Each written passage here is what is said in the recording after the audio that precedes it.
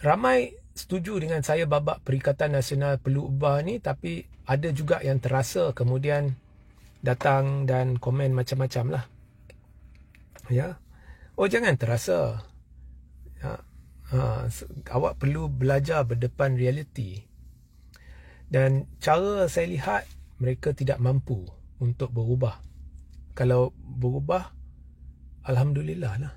Tapi saya tak nampak mereka mampu berubah, kepimpinan khususnya. Saya nampak ada cengkaman orang. Ya, cerita dia sama macam UMNO. Sorry ya, saya nak cerita babak 75-80% tu dah habis ya. So saya pergi ke perikatan. Cerita dia macam UMNO. Kalau pemimpin dia selalu sebut ya, ataupun keluarga besar perikatan pembangkang ni selalu sebut UMNO ni, Zahid dia cengkam, dia gugurkan orang-orang yang menentang dia untuk menjadi diktator dalam UMNO, bla bla bla dan sebagainya. Cerita dia sama. Dulu kata Zahid ada kes, patut letak jawatan ya. Kalau Laskar dan kumpulan penyokong. Sekarang dalam Bersatu sama tak? Sama. Ya, sama. Dia lebih kurang UMNO 2.0 lah. Bersatu sebenarnya telah berjaya menjadi pengganti UMNO. Malah bukan berjaya menjadi pengganti UMNO. Berjaya menjadi adik kembar UMNO. So UMNO ada Zahid dia, Bersatu pun ada Zahid dia. Ya, yang tak mau lepaskan cengkaman ke atas Bersatu, walaupun kita tahu yang pandai, yang boleh melihat lah bahawa ini Bersatu hala tuju dia sekarang adalah nak tenggelam. Ya, dia hanya relevan sebab PAS. Okay? Dia akan tenggelam. So di bawah kepimpinan ini. So dah nampak jelas apa yang harus dilakukan. Tapi pemimpin yang menganggap parti itu milik dia, mereka tidak akan berubah lah. Ya. So bagi saya tak ada beza lah. Ya, bagi saya tak ada beza.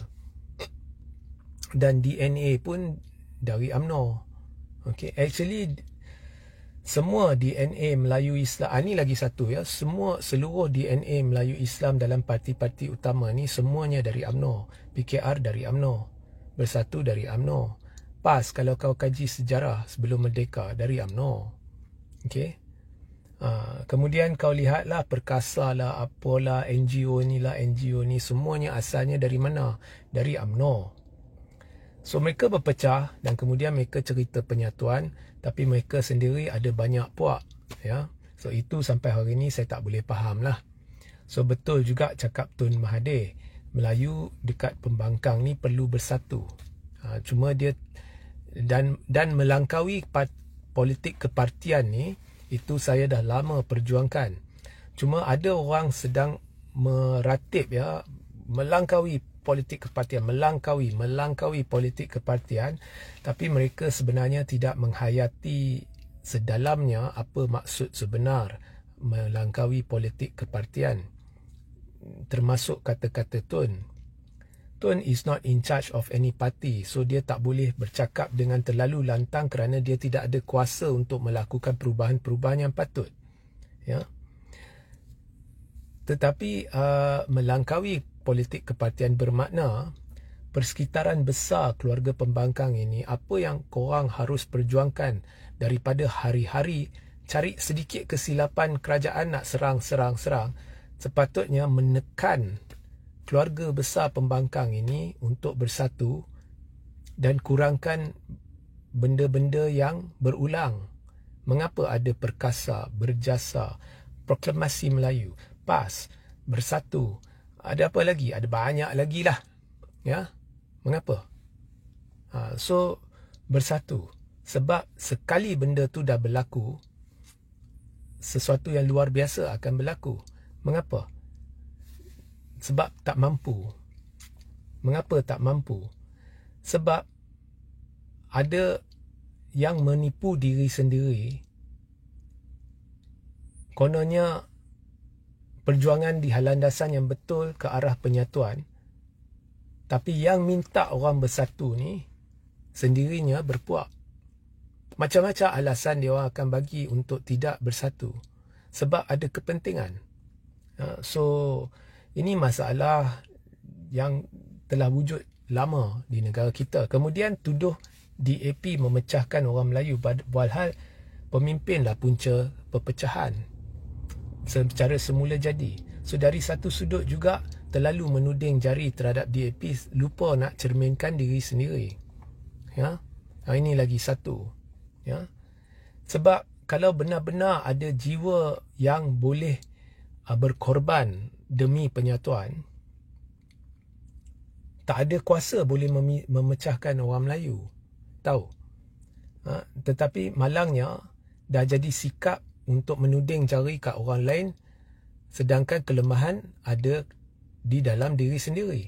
Dan awak perlu faham, kalau awak tuduh DAP memecahkan dan naratif ni kuat dimainkan, secara tidak langsung awak mengaku awak lemah. Faham? So tidak ada inisiatif untuk melihat dalam diri sendiri, mencerminkan diri sendiri, mencari kelemahan diri sendiri. Budayanya adalah menuding jari. Ya? Kau fikir Melayu tak ada pihak yang cuba pecahkan DAP. Selalu tuding.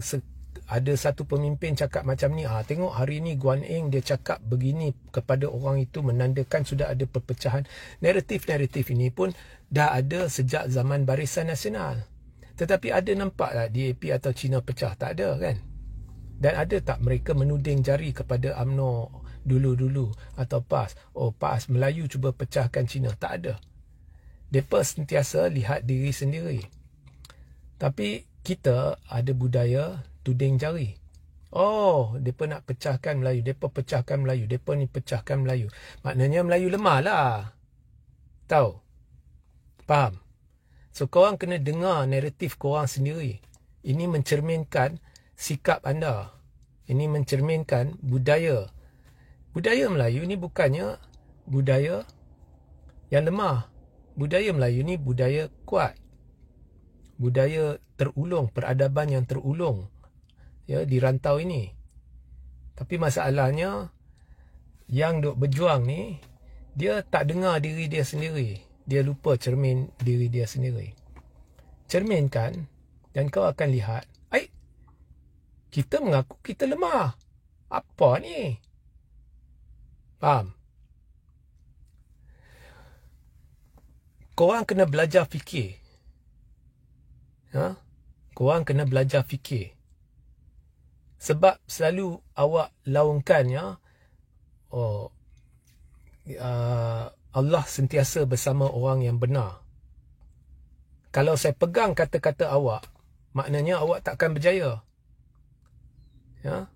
Sebab benda yang kau buat, menghina pemimpin dengan kata-kata keji, kata-kata jijik yang lari dari landasan, maknanya awak takkan berjaya lah. Ikut kata-kata awak sendirilah. Kemudian mereka nak pecahkan kita. Mereka ni. Itu namanya apa? Itu namanya meroyan lah. Tapi korang tak nampak. Faham? Kita bersatu untuk menyatukan umat Islam. Tapi duk meja buat press conference, ada 10 pemimpin dari 10 puak. Awak tak nampak. Sebab awak dah buta. Awak dah duduk dalam satu tempurung di mana realiti ni kau cipta untuk menyedapkan hati sendiri. Kami di landasan benar. Kami nak minta orang bersatu. Jangan bohong diri sendiri. So, tekan kepimpinan untuk sedar diri. Saya selalu berkata, jawapan dia mudah, depan mata. Tiang duk ada sana. Sekarang nak berjalan pergi tiang. Ya? Tapi masalahnya korang jalan macam mana? Korang ni macam satu gerabak. Ada 10 ekor kuda. Satu kuda nak pergi depan, satu nak pergi belakang, satu nak pergi tepi. Silap-silap ada satu ni boleh terbang, dia nak pergi atas. Satu pula kaki dia dah kena paku kat jalan. Inilah perjuangan. Nak pergi ke tiang tu yang baru berapa meter je depan. Ya? Penyelesaian depan mata. Tapi nak bergerak tu, that's why saya selalu tanya PAS, korang organisasi Islam dulu, parti kemudian, atau parti dulu, organisasi Islam kemudian? Jawapannya jelas, parti dulu, organisasi Islam kemudian. Sebab kalau kau kata organisasi Islam dulu, saya nasihatkan lupakan politik, ya, fokus kat itu semata-mata. So kau kena ada balance, sebab PAS ni sekejap image dia adalah parti politik, nak kuasa. Betul juga kalau nak laksanakan benda-benda yang bersangkut dengan agama dengan cara yang berkesan, perlu ada kuasa. Betul juga. Tapi sekejap naratif dia lebih terlalu pekat dengan soal-soal agama, tidak mencerminkan parti untuk semua. Tahu tak masalahnya apa? Sebab PAS dia cuba strukturkan parti itu terlalu mendalam, terlalu banyak cabang ini, cabang itu, ia menjadi complicated. Dan ini saya pernah beritahu rombongan PAS. Bukan kepimpinan atas lah, ada satu rombongan lah. Ya, so tak boleh bergerak. So ubah kepimpinan, satukan pemimpin, dan cerminkan diri sendiri. Lihatlah bahawa awak secara tidak langsung semuanya dalam keluarga besar pembangkang ni mengaku mereka lemah, mudah dipecahkan. DAP nak pecahkan kita, kita boleh pecah. Tuding. Tapi self-reflection, ya, dalam bahasa Inggeris, melihat masalah dalaman, kosong. Ya.